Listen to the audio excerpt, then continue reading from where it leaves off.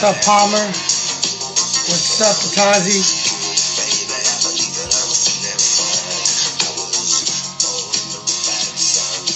What's up, guys? What's up? What's up?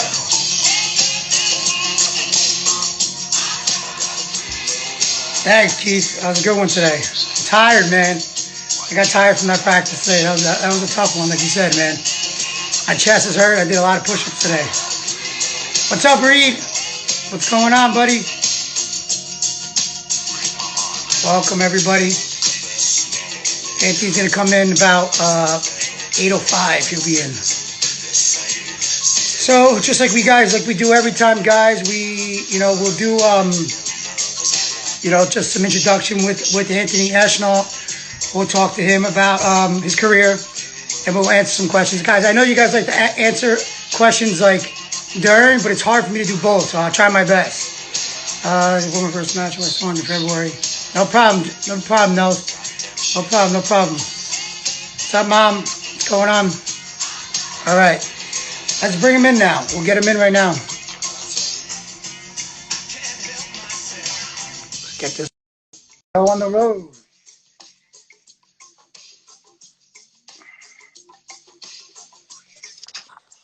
Hey, what's up, man? What's going on, man? How you doing? I'm good. Can you hear me well? Yeah, I can hear you. Can you hear me well? Yeah, I got you good. I got some Sopranos music in the back for you. Oh, awesome. Love it. Kind of a Jersey thing, you know? I watched that through one of my recoveries from surgery one time. Oh, the whole thing? Yeah, I made it through like the first 3 seasons. Oh, okay, cool, yeah. Man. How's it going, man? Good, man. How you doing? Hanging in there, man. Just trying to, get through this like everybody else is. Had some downtime and decided that we want to start talking wrestling to some people. People miss wrestling, so yeah, started, just interviewing a lot of different people, and you were definitely on the list for one of the guys that we wanted to get on. So thanks for coming on. Yeah, I appreciate you inviting me on as well, man. I seen the hammer list you had on already, man. It's an honor to be a part of that group. Yeah, man. Well, we finished off with one of our best, one of our own guys. We got a lot of people in here right now. We have national champion Anthony Ashnault in the house today, guys. So welcome him in the room. I know a lot of people, I don't know if you watch any of the other interviews, but we kind of just talk a little bit first, just about you, and then we'll get into some questions and get back into some interviews and just kind of go from there. So yeah, sounds good, man. So are you home right now? Like home or? I live in Spring Lake Heights, down the shore, like right next to Belmar, and it's like right next to Belmar in the Spring Lake Township. And I live with two buddies I went to college with, so we're all here. My girlfriend's been here with me too since quarantine, so we've just been hanging. I got a unique situation though. I got a wrestling mat in the basement, and I got some weights, a lot of different stuff, bands and different things to train with. So I've been blessed and fortunate to have that kind of stuff, and I got a strength coach, Mike DeMarco, that he gave me some stuff because he had to close down his gym. So I've been doing what I could with that, and that takes up some part of my day. But for the most part, man, I'm pretty bored as well, just watching the time go by. Yeah, taking up some other hobbies. Kind of tough. Any of your roommates, they wrestle? Do they wrestle, or they were both wrestlers for Rutgers? So yeah, no, so you guys can roll together then, huh? For sure. That we all train together. All my friends are still in shape, so yeah, they push me too, and they're willing to push me when I ask if I needed it too, if I needed them to strap it up and get a drill in. And I mean, we've been in quarantine together, so I'm not afraid to be touching those guys. We're around each other. We're not really 6 feet, so yeah. So I got a little bit of an advantage in that way, and I've definitely still been training. It's what I love to do. Yeah, I mean, if you look at everyone's Facebook and stuff like that, on Instagram, people are working out in their basements by themselves, making up workouts and just doing crazy things just to stay in shape. But you guys are all on the same playing field, so it's not like anyone's really got. I mean, you got a little advantage. You got a mat. Some people don't have mats. Right. You don't need anything though, bro. You don't need anything. I feel like. Yeah. 100%. I feel like this is a time to prove that you don't need much. 100%. Yeah, kind of like we keep talking to everybody, kind of Rocky style. Yeah. Just inside his little thing he was working out at. So I mean, ever since you graduated college and you won your NCAA championship, You've been a busy guy. It's kind of like when a woman wins like Miss America, she's like busy for the next year, like just doing everything. You've been super busy everywhere I look, every club. You've been doing clinics, camps, working with a lot of kids in Jersey, outside of Jersey. You've been keeping busy, right? Yeah, man. I just take the opportunities presented to me or pass them up when I feel like I need to pass them up. But for the Yeah. most part, man, I look at it like I did a lot of those things growing up. For sure, I went to a lot of camps wherever I could. The people I was looking up to, I loved Penn State at one point. I would ask my parents to send me to Penn State camp. They would send me, or a guy that I liked and I watched, and Olympian was at one of the clubs in the areas, and I would go and they would pay for it.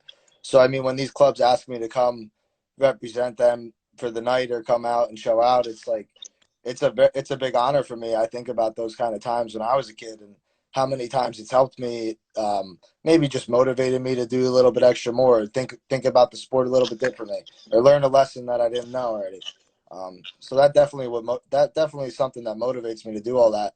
But I've definitely like toned it down, I would say, because my focus is still to win in this sport. So, you can't be all in other areas of your life if you want to be all in on competing. Of course. So I had to shift my focus here and there, but for me, that's part of who I am, and it goes hand in hand with my wrestling career. Very nice.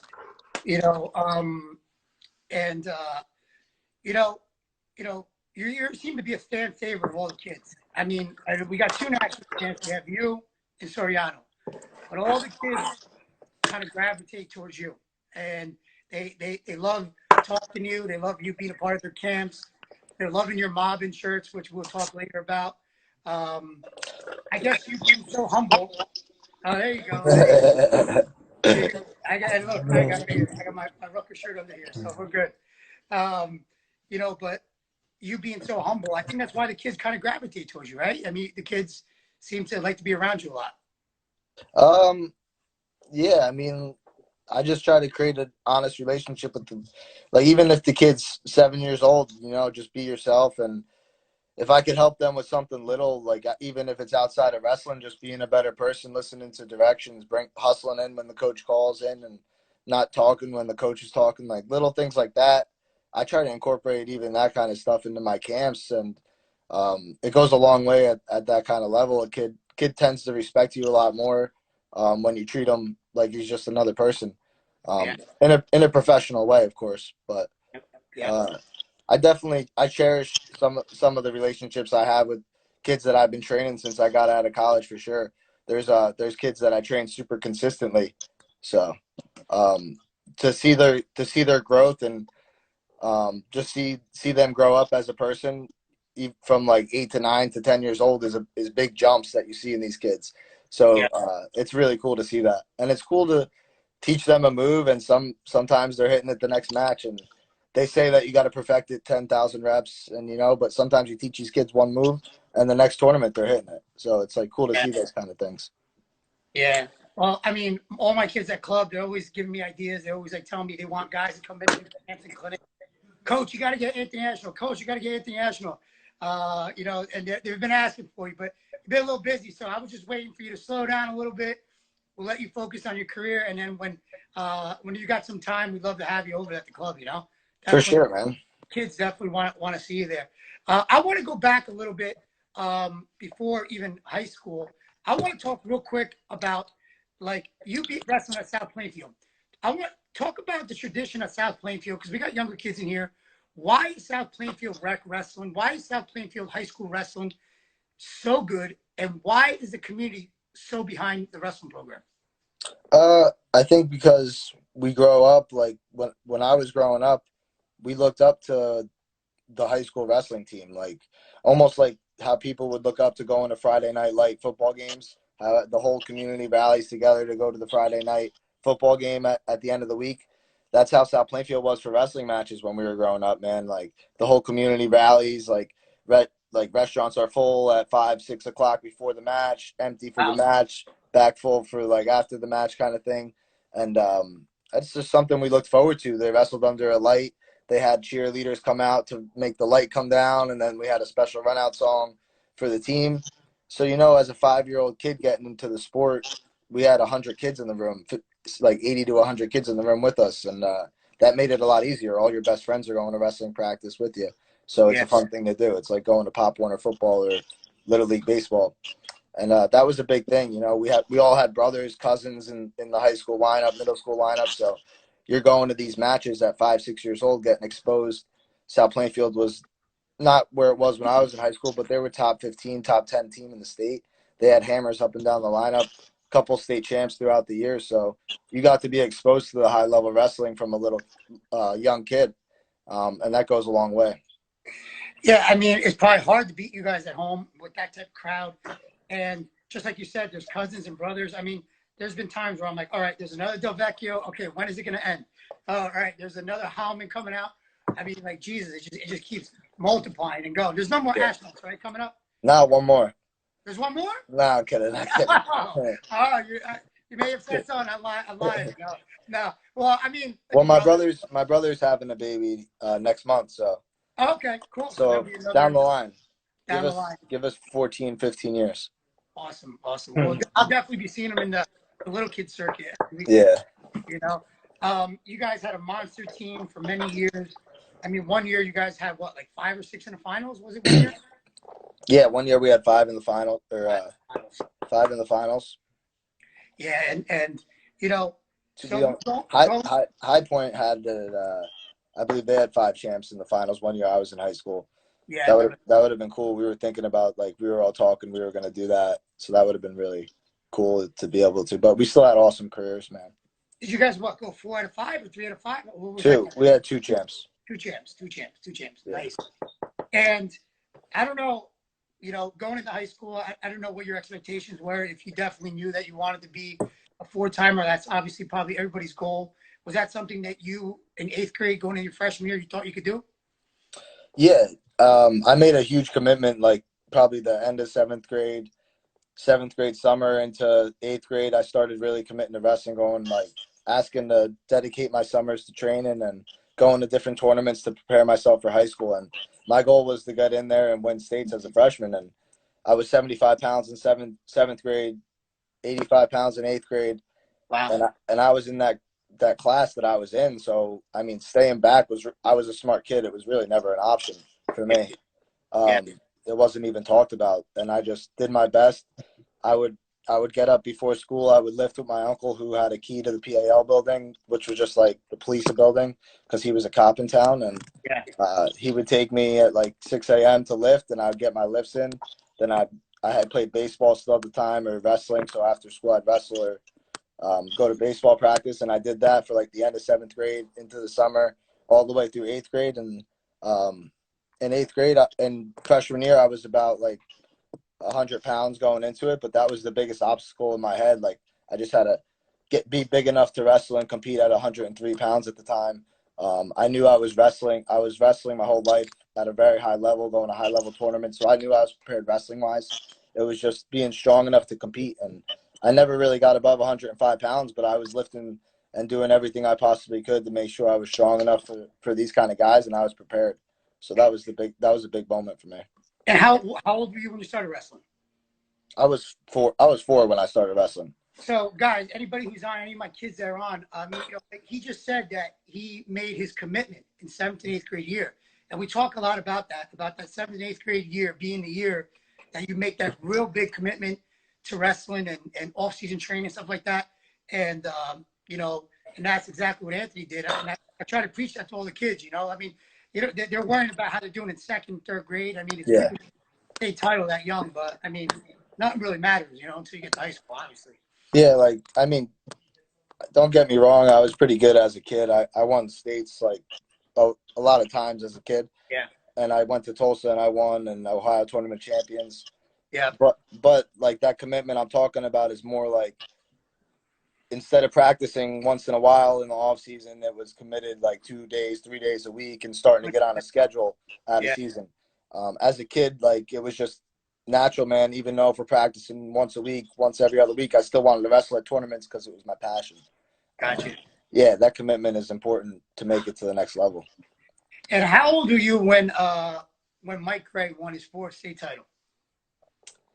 I mean, I don't remember how old I was in the back of my mind, but my brother was still wrestling in high school, so I remember it. Okay. Um, Were you there to watch it? Do you yeah, remember? I was there. Yeah, Yeah. I went to states as a kid for as much as I could remember being a kid. I remember going to Atlantic City for states. So when he won his fourth state title, when you were in the stands, a young Anthony Ashnault, were you like, I could do that? Heck yeah, I was thinking that. I Nice. was super optimistic, um, like positive. Anything in my wrestling, I could have lost to a kid as a kid, and really to now, I could take a bad loss, and I could still think that at some reason the match didn't go my way. I'm still the best. I still think I'm the better wrestler a lot of the times, and Yeah. I think that's just the quality that I just had growing up. That a lot of competitors, high level competitors, have that. Yeah. And Not you really willing to take no for an answer. yeah, and you ended up being a four-timer. You end up matching him. You end up going undefeated. I think he might have had a loss, maybe like out of state, maybe, but you were undefeated, four-time state champ. You like you said, you already knew that that's something you could do. When it was all said and done, you did it. Um, how did that feel? Was it like you felt like that was you knew that would happen? Like how'd you feel after that? So that freshman year, man, all that training I put in to get big enough to wrestle at 103 and all that like next level commitment I made in my head and also physically putting extra workouts and extra time in, getting that freshman state title was like dang, like opened my eyes to what can hard work and dedication into this sport lead me to. Can I be an NCAA champ? Can I win Fargo? Can I go to Super 32 and win that, which I took like round of 12 that year. So I was just thinking, what's next? How do I get better? Where can I go train? Are colleges looking at me yet? Like, I was a little kid that was excited about the wrestling world and getting to the next level. And it helped that my brother was in college at the time, making it to the national tournament. So after high school states was done, I would go to the national tournament and watch him wrestle and see that next level and be excited about maybe I could be a national champ one day. Yeah. So let's talk about the next level. So you're a four-time state champ, undefeated. You're a blue chip recruit. You're one of the best kids in the country. You probably have colleges knocking all down your door, and you decide to stay home and attend Rutgers. Talk about what maybe two or three other colleges you were interested in, and how you ended up choosing Rutgers as being the final spot you'd be at. Yeah, so that was a tough time for me, like thinking back to a stressful time period, honestly. Being 16 for the most 16 for most of that time period, 17 for a little bit, deciding where to go to school. I just wasn't sure where I wanted to go, so I took the full time all the way to the last signing period. I took a visit to Michigan, Penn State, Oklahoma State, Oklahoma University, and Rutgers. And I mean, compared to what Rutgers had in facilities, and these other schools were all brand new facilities, and all these other teams were finishing top 10, top five, and Rutgers was finishing probably 30th at the time. But at the end of the day, it was just I trusted, like having that trust in the coaching staff that was there at the time. I trusted them with my life, really, man. I was already training there a lot, and I really put a lot of trust into them, especially guys like Coach Joe Pollard. Like I was going to SKWC from like that time I committed to the sport in seventh, eighth grade, all the way through my high school runs and winning national tournaments. And he was one of my main go-to guys, so I had a lot of trust in him going to the next level with him. So it came down to just that trust in the coaching staff. My brother went through the program, so I had his word in the program. And my family, man, I love New Jersey. I wanted to be super close to home. When I took these recruiting trips to these other states, I just pictured if I was there more than a week, I'd be ready to go home. Like I Yeah, I just hear that, man. Yeah. for me, I'm a homebody, and it was the best decision I could have made. The moment I got on campus, there was definitely like little moments of insecurity about maybe making the wrong decision as a young freshman, but like for the most part, it was no looking back and full steam ahead. Yeah, I did an interview with Scott Goodell, and we talked about his first biggest recruit that he ever landed was Scott Winston, Yeah, and that's what started the ball rolling. But I think the first, I love Scotty, great kid, I believe he loved it. But I think once you came onto the Rutgers wrestling team. I think that's what kind of boosted it again on a whole nother level. And that's when people were kind of like, wait a minute, if Anthony Ashnault's staying home at Rutgers, they must be doing something right. And they kind of took your word on it, and people followed. Um, and you were definitely a huge help to the recruiting to other kids coming up to Rutgers, and people definitely wanted to follow. And you were one of the first people that landed there. I mean, did like on recruiting trips, and people just kind of like, were you a part of the big helping out with the recruiting as other kids came in? For After you? sure, for sure. I see my boy Scotty Dell's on here though. What's up, Scotty Dell? There you go. Uh, Other state champ for the Tigers. But Nice. that more makes me think of times when I was on these other recruiting trips, these other schools, when I was telling them Rutgers was one of my final options. Some of these schools, I don't want to like mention names or coaches' names, but some of them are ruthless, man. They're like, "You're looking at Rutgers? Did you see what they did at the national tournament last year?" And then they'll like gossip with the next guy next. I'm like, like the place wrestlers go to die, like Rutgers, like little jokes like that. And Yeah. that almost fueled the fire to be like, screw you guys. I could do it anywhere, man. I could do it in the basement right now and go win the Olympics kind of thought. Like that, it's similar thoughts to that. I was just like, put me in the dungeon at College App Gym. I'll get it done. I'll be a national champ. That was my thought process when these guys were telling me that. But then when I got to school, yeah, it was a lot of times Goody putting the recruits with me, kind of thinking with my story on how I ended up there and the process I went through, it would maybe give these kids a motivation to come sign with Rutgers and come to school and wrestle for Rutgers. But my style as a host, man, I hated the pressure that I got put on me as going through the process. That if you're gonna come, if I'm gonna be your host, man, we're gonna have a good time. Do whatever you want to do. Have a good time. Enjoy the college life, of course, at a big university. But I'm not gonna be the guy like pushing it down your throat. Yeah.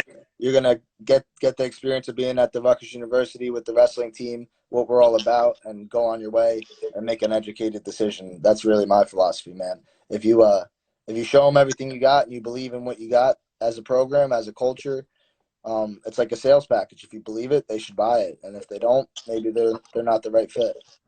Well, they'll believe it now because they got two national champs. So, Yeah, and a great new facility going that you guys have now. So, you enter the Rutgers wrestling team. You put more people in the stands. I mean, more people came. They wanted to watch you. They were excited that you made that commitment, and we committed back as fans that we're gonna rally around this team. And ever since you've been on that team, it's been even before that, you guys were doing great too. But from your era on, we started really pushing wrestling at the rack.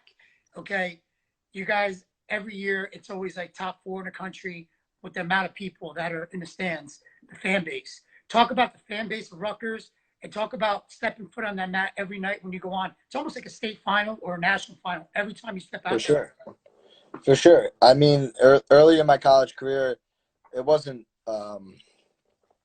It wasn't something I looked forward to as much. It was more I really had to prepare to seize the moment and not get too nervous and not let the crowd get to me too much. But I had a very good career at the rack. I never lost at the rack. I lost one home match to Kolodzik, but it was in the stadium at Rutgers. I remember that, yeah. But it's like wrestling in the biggest venues that we wrestle in. It's to me an advantage. It prepares you for that big moment. It's a little harder when you wrestle at Iowa and it's all Iowa fans, but at the national tournament, it's very similar. It's just very loud. You can't really decipher sometimes what fans are yelling for what mat, and the rack is just like it just echoes everything. It's super loud. It's all Rutgers, which should be like an advantage. But some of our guys, honestly, I would say it's still look at it almost as a disadvantage. They get really nervous. They want to prove something for the home fans every time they go out there. But I loved it. I loved our home fans. It was awesome. Honestly, it was awesome to be able to be a 15th team in the country and have 7,000 people in the fans, 6,000 people in the fans. When I was a freshman, sophomore, junior, that was something I looked forward to, and I knew that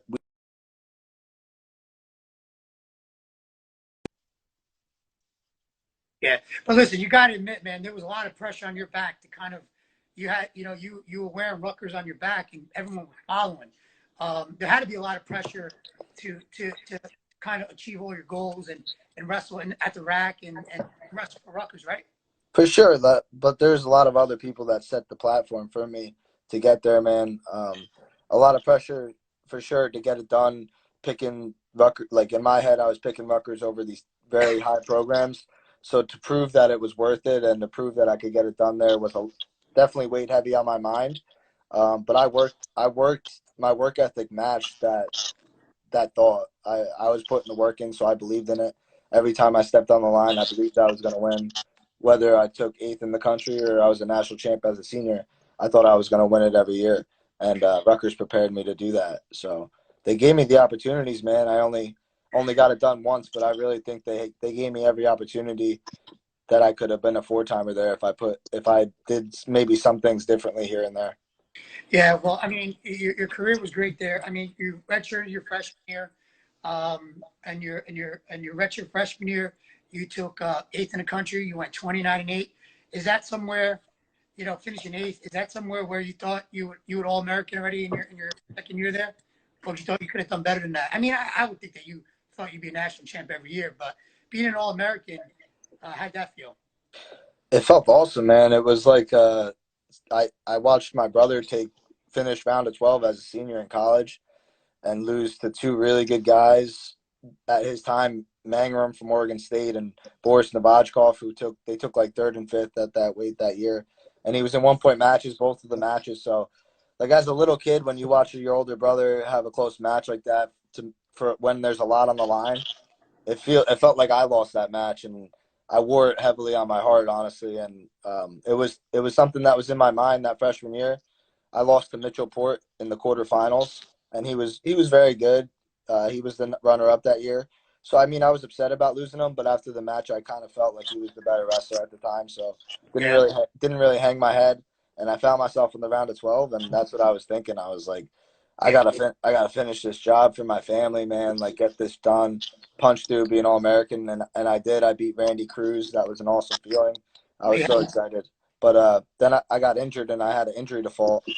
I was losing to Dean Heil, and I got like put in a single leg, and I tried to kind of do a split funk out of it. Hurt my hamstring pretty bad. I forfeited out of the tournament to take eighth. So I remember. Yeah. that stung. I thought I was coming back for third place in my head when I lost in the quarters. So that did sting. So then the following year, you go 32-4, and you finish fourth in the country. I mean, you did that was a major jump. Um, was that still enough for you, or kind of another thorn in the ass? I don't know. It was cool. It, I wasn't ready to be a national champ that year. Looking back at it, for sure. Like looking back at my freshman year, I lost to Logan Stieber twice in the season before the tournament. Got majored, lost 5-1, dominated me. Probably like I wasn't 100% confident, even though I thought I could win it on my best day. I wasn't confident. Sophomore year, I was still not the most confident in it. I could look back and remember. And when I came back and was wrestling in the third place match, I was wrestling against McKenna. We had a pretty great match, back and forth, both attacking. I took fourth. He beat me 8-7, but I wasn't holding my head, man. I was excited about it. Being a two-time All-American for Rutgers was validation already at that time that you could stay home, you could come to Rutgers, get it done, have a chance. Like if you're taking fourth in the national tournament, you have a chance to be in the national finals. So there was validation in our program and a lot of momentum for the upcoming years. So then junior season, I was thinking I was being a national champ. I finished sixth. I did a semi slide, and it was the second year in a row losing to Dean Heil in the semis. That was the That was like the big dagger. That I was like, I'm ready to win a national title. I'm beating Dean Heil. If I wrestle him again, he stinks every time I watch him wrestle. That was my thoughts. And then I lost to him in the semis. And I just remember thinking, like, the whole season, that's the guy in my back of my mind when I was training, and I didn't get the job done when it was time, and it kind of broke me a little bit mentally. I bounced back well. I wrestled hard, but I lost to Kevin Jack by a point, and then I lost to Ironman by a point. I remember I that. Yeah. mean, like some of my family and my coaches might think that like I did the semi slide out of the tournament, but like I honestly wrestled hard.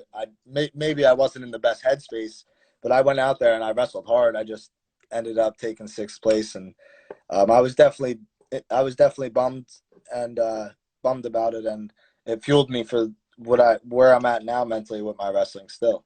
Well, I mean, so then, I mean, you're a three-time All-American already, and then you get banged up the following year, and you're out for the year. Was it a shoulder injury, or was it?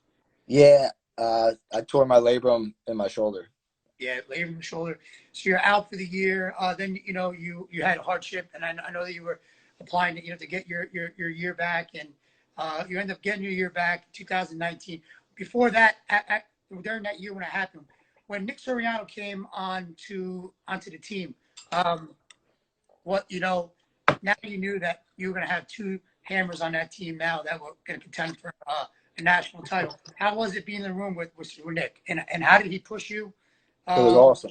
Like It was awesome, man. I'll give you the timeline. He was first thinking about transferring right after I was an All-American as a junior. Okay. So, you take that college, like high school season, you take a little bit of time off after college season. Nick starts coming in the room and wearing like his Penn State stuff inside out and his blue Nike shoes, like Penn State stuff, but just like inside out, like funny. And That's just funny. totally Nick style. Nothing in a bad way, just very intense, in there to work hard and get a great workout. He'd come in, he'd kill it, he'd crush it. And then I started wrestling with him after like I took like 3 weeks, maybe a month off. I started wrestling with him. And when he was coming in, I was feeling great. We were getting great workouts. I was super excited.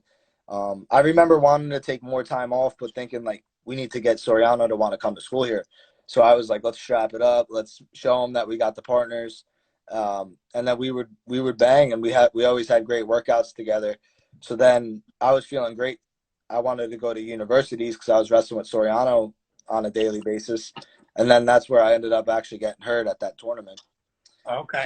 So then he ended up transferring to Rutgers for the next year, and I was out that whole season. So I mean, I had a chance for the first time at Rutgers to kind of like take a back seat and see someone else get the spotlight a little bit. That's what I was thinking. That was kind of my question. Like now, like I talked about pressure of you being, the guy on that team, and now he comes on, and it kind of takes a little bit of pressure on because not everyone's like staring at Anthony Ashnault being the one that can, bring Rutgers to dominance. And then you had him there, so you kind of, you answered that question. So that was kind of a good thing for you. Kind of put you at ease a little bit. For Right? sure. But like any human, when you have a lot of attention and then it goes to someone else, like for sure, I had thoughts where I might have been a little jealous of Nick, but it was definitely healthy, man. It pushed me to get to another level than I haven't been before. And I'll say, like, I've been around a lot of high level athletes. There's not many that work like him when he's in the room, and he has a certain presence about him, certain intensity that it's almost unmatched. I haven't seen it in many athletes. Okay. Before we get into your senior year, maybe we'll take a couple questions. So, guys, if you have anything that you want to ask him, we'll take about 5-6 questions, and then we'll get into his senior year. Then I want to kind of talk about your freestyle career, and then about some of the companies you work at, your podcast, and all that stuff. What's going on, Seb? Carly? Yeah, I saw Seb there too. Yep. Marola? Mobbin? All your mobbing people here. There you go. What'd you say? There you go. And I want to talk about your meal too. Eat clean, bro. Yeah. I saw that the other day. For that, man, I mean, like, it's kind of like surreal that I have that meal, honestly. We were in the locker room around like 2018 in Rutgers, and they were like our sponsor we were paying for it, but Rutgers Athletics was paying for meals through Eat Clean Bro. The athletes got 5 meals a week, take home, you eat them how you like them. And one day, Jamie, the owner, was dropping them off and talking to Goodale or someone about it. And I was like, hey, man, how's it going? I'm Anthony Ashnault, blah, blah, blah. And we were just talking BS. And I was like, he's like, well, wait, we were talking. I was like, yeah, when I'm a national champ, can I have a meal named after me? And he was like, yeah, no problem. Nice. He kind of brought it up when it happened. I remembered it, but it wasn't something I was going to like kind of go after. And Wait, was that a meal that was already there, or you created it? we like went through a process. Like Frankie has a meal that's steak, so Yeah. they didn't want it to be steak, and they were like, "Do you like what's your favorite food?" Some of my favorite foods: salmon, asparagus. So like they put it together that way. Gotcha. All right. What are your favorite wrestling shoes? The Scrap Life Ascend ones, baby. They just hit the market. They're very comfortable, man. They're definitely one of my favorite shoes. A company that I get to represent as an athlete.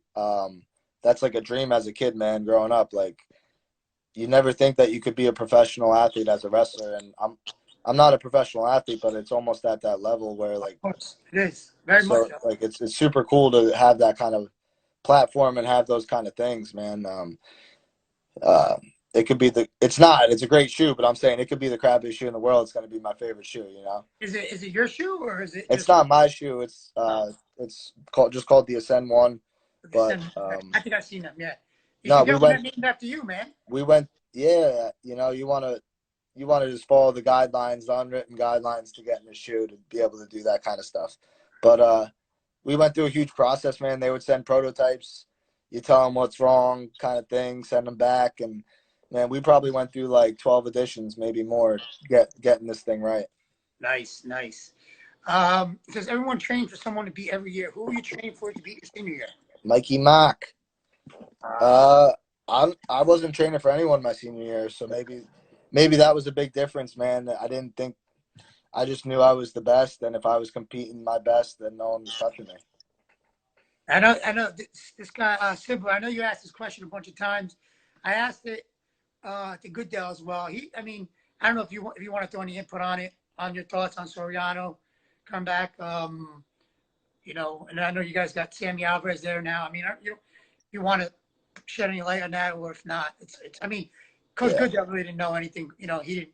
It's kind of like whatever happens. So yeah, man. Whatever happens is, I guess, happens. I really don't know.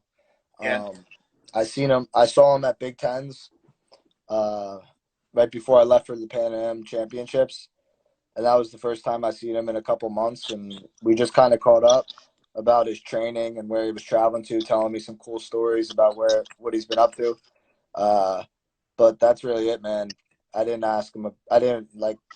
I'm not that guy, man. I'm not gonna. of course. I probably wouldn't just ask that at him. Yeah. I mean, listen, as Rutgers fans, like I told Coach, I mean, we love to have him back. We love to watch him wrestle another year. But that's obviously a decision that he needs to make. And you know, even aside from him, I mean, Sammy Alvarez, I talked to Coach Goodell about. He became a fan favorite now. Yeah, man. Everybody likes watching that kid wrestle. You ever work out with him? Yeah, a lot. He Yeah. right before the quarantine started, he came down to my house to stay for like 5 days, and we Nice. trained. We trained. He stayed in like a little guest bedroom we got. We trained every day, and dude, I knew he was special when he first got to Rutgers, and I got to wrestle with him. He just like he flows like water, man. Like in Yeah. practice, you're trying to drill. Like the drill might be double legs, but like it's just not a normal drill kind of thing.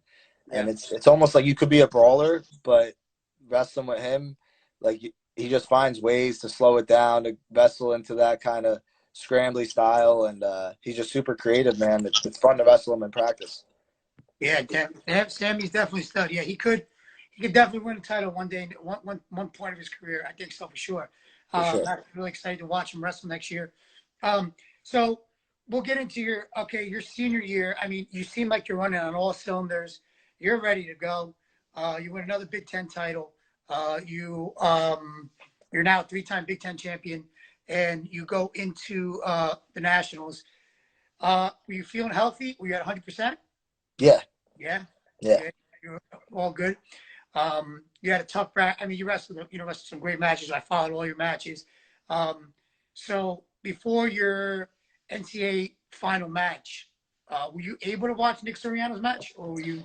So my setup was in the back. Whatever the coaches that weren't out there at the time on the mat, I was with in the back, and there's a bunch of TVs set up, so I was watching, and I was trying not to watch it all, almost scoring updates, and the closer it got overtime, I'm like kind of freaking out in the back in my mind a little, like I'm almost like just don't tell me, just tell me scoring updates. Like, I don't want to watch anymore.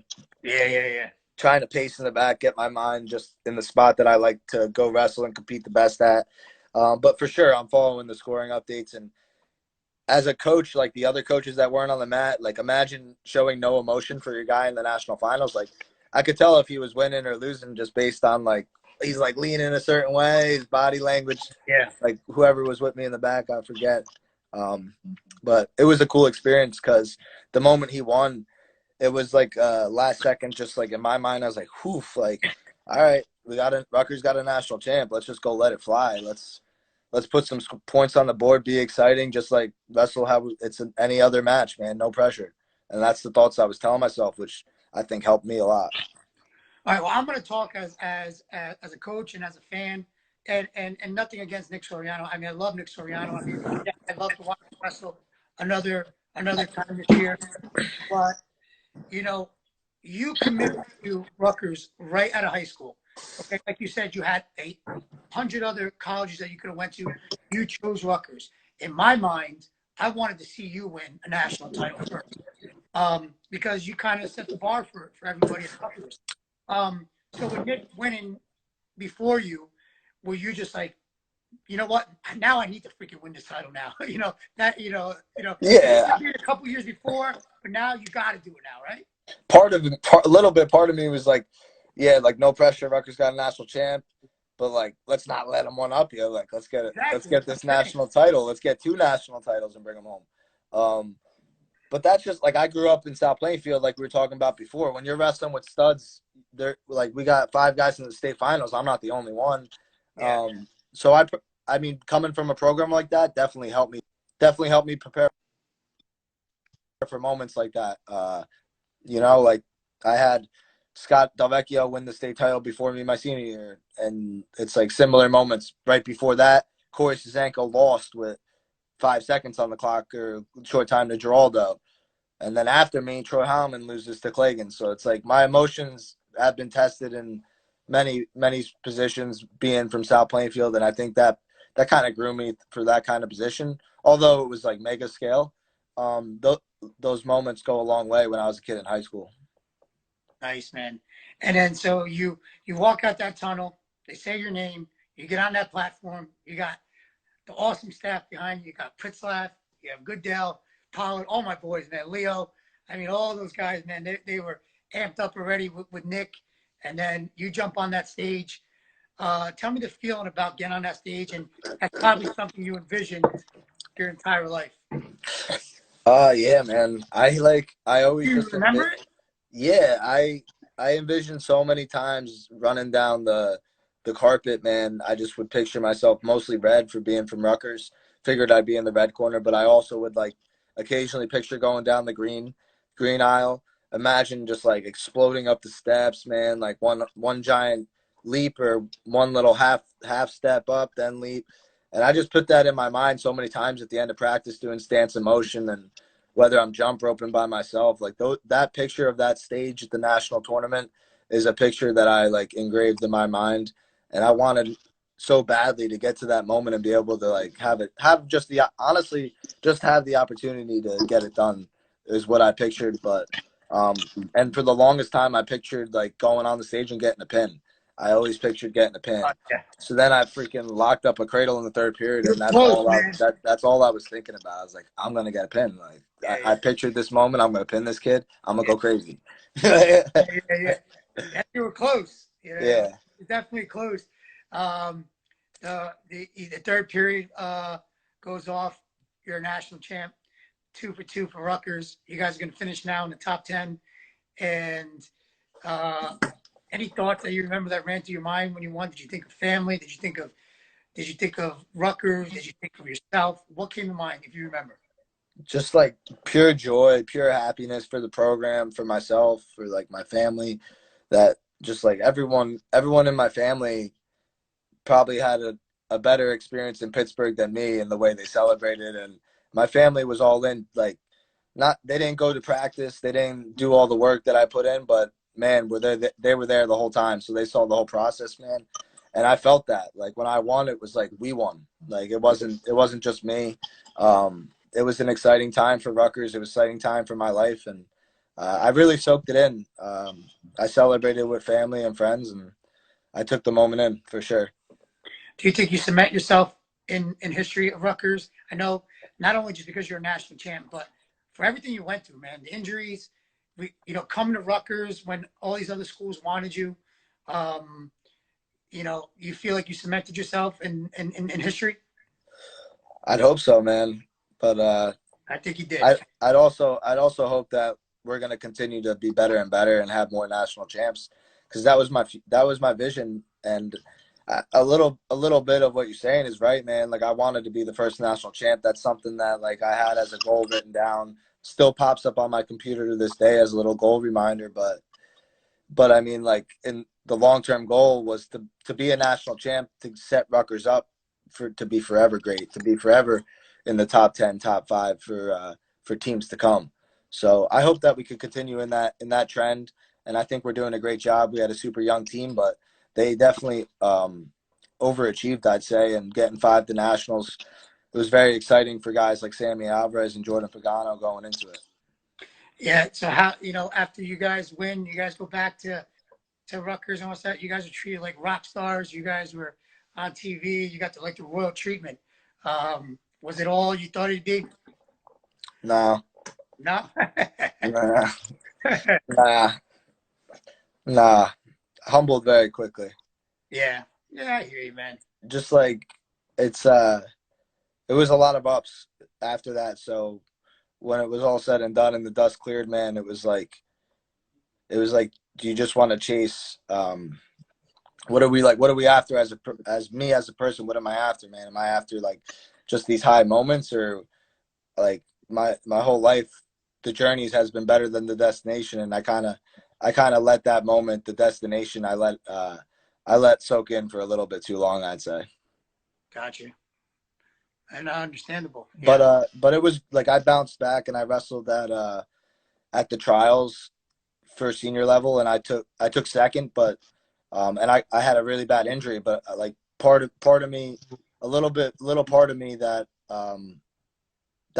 is little, like, grudge against myself. Just maybe I wasn't fully prepared for the senior level trials because I was soaking up that national title, like you're saying in the beginning of this podcast. You're going everywhere. You're ringing the bell at Rutgers. You're going here for a meeting or doing a clinic there. Maybe I wasn't the most prepared to go win and protect myself against the highest level competitors of our country. So that's a little bit on me, and a learning experience for sure, because I plan on winning many more things in my career. So I'll adjust and I'll get better in the future. No, man. But listen, I just want you to understand, man, that you are seriously a legend. That you'll always be at Rutgers. You'll be an inspiration to many kids from many years. You're a huge inspiration of everybody at South Plainfield. I know you're like their, someone who they look up to. So, I'll say for you, man, that we got kids, a lot of my kids in my room that would love to emulate your career. And thank you for everything you did at Rutgers, because you showed that Rutgers could be the place where it could be done. And I hope that many more people follow in your footsteps. For sure, man. That was one of my goals, man. And Well, you achieved it. that's what I want going to help these clubs out. I want more kids thinking how they think about Penn State and Iowa and getting those headgear signed. I want them thinking that about Rutgers. How much did Donnie Putzhoff help in your career? Tremendously, man. When he was recruiting me at Michigan, when I was telling you guys those visits, he was one of the coaches at Michigan trying to get me to come to Michigan really badly. So when he came to Rutgers my sophomore year of school, and that was my first year competing in the lineup as a redshirt freshman, I was so excited to get to work with him. Jersey legend, man, the dirtiest sweep single in the Yes. game, and that's my shot. So I was pumped. I was like, this is just what I needed, man. No, nothing stopping me. Sky's the limit, kind of thoughts. I mean, you always had heavy hands. I remember you as a young kid always had very good heavy hands, but he was masterful at using his hands. Did, Yeah, did, did you did he elevate your game with your hand fighting? 100%, man. He's got, like, little tricks that he still breaks out that you don't even know uh, that he had even wrestling him for 5, 6 years. So Yeah, like I just pick little things each time we get the roll. There's one little new thing that I learned with whether it's a little hand fighting trick or whatnot, and it's just so constant. His hand fight's so constant, so heavy. It's very basic, but man, is he's strong, man. I'm sure you probably wrestled with him once or twice in your life. Listen, he seems like, I mean, he's a year or two older, but he still looks like he's in shape, man. He looks jacked, like, and just wrestling him is like wrestling like a brick, just like kind of, and he's still in great shape. I talked to Goodell. I'm hoping that he stays on staff with Rutgers for years to come. I know that Coach Goodell was talking about him, a lot of other schools that were looking at him and stuff like that. I really think that I would love for him to stay. I think he's a huge asset to the program. Definitely helped you out, helped Nick out, and you guys. I mean, everybody with Leo and Pollard. I mean, you got a great all-around staff all the way around. Yeah. So you become your NCAA champ. That's a long, a dream that you've been having for a long time. You get into your freestyle career. I know you've been doing freestyle a while. I remember you doing it since you were in high school. I was talking to Sebastian Rivera yesterday. He's not really too into freestyle. He got into it this year because he could make the team for the Puerto Rican national team, but he's not like a Fargo type of guy. He said never went to Fargo. You won the Pan Ams this year in Ottawa. Was your goals this year to go to the trials and do the whole nine? Yeah, man. My goal was to be the Olympic representative for America at 65 kilograms and win the Olympics. And I fully believe I could do that. And it's pushed back to 2021 for now. Man, my hopes and prayers are that it continues that and it doesn't get permanently canceled or anything like that. Because, man, I believe I'm the guy, and I think I'm still entering my best wrestling years right now. Nice.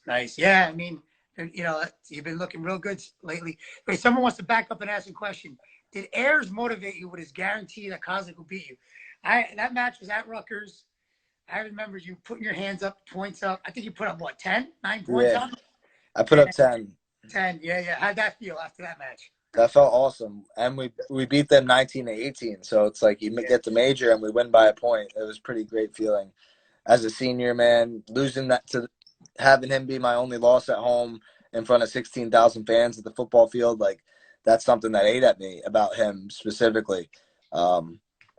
So yeah, I was pumped to score 10 on him. I can't really say that he motivated me. I looked at the article. I really didn't care that much because I knew I was the best guy in the weight class. But I just remembered it, man. I guess I did hold a little bit of a grudge, and I got on top with 5 seconds left, and I just was like, 10 points. I remember like it was yesterday, man. That was awesome. Loudon wants you to say, can you say Schnotty be mobbing?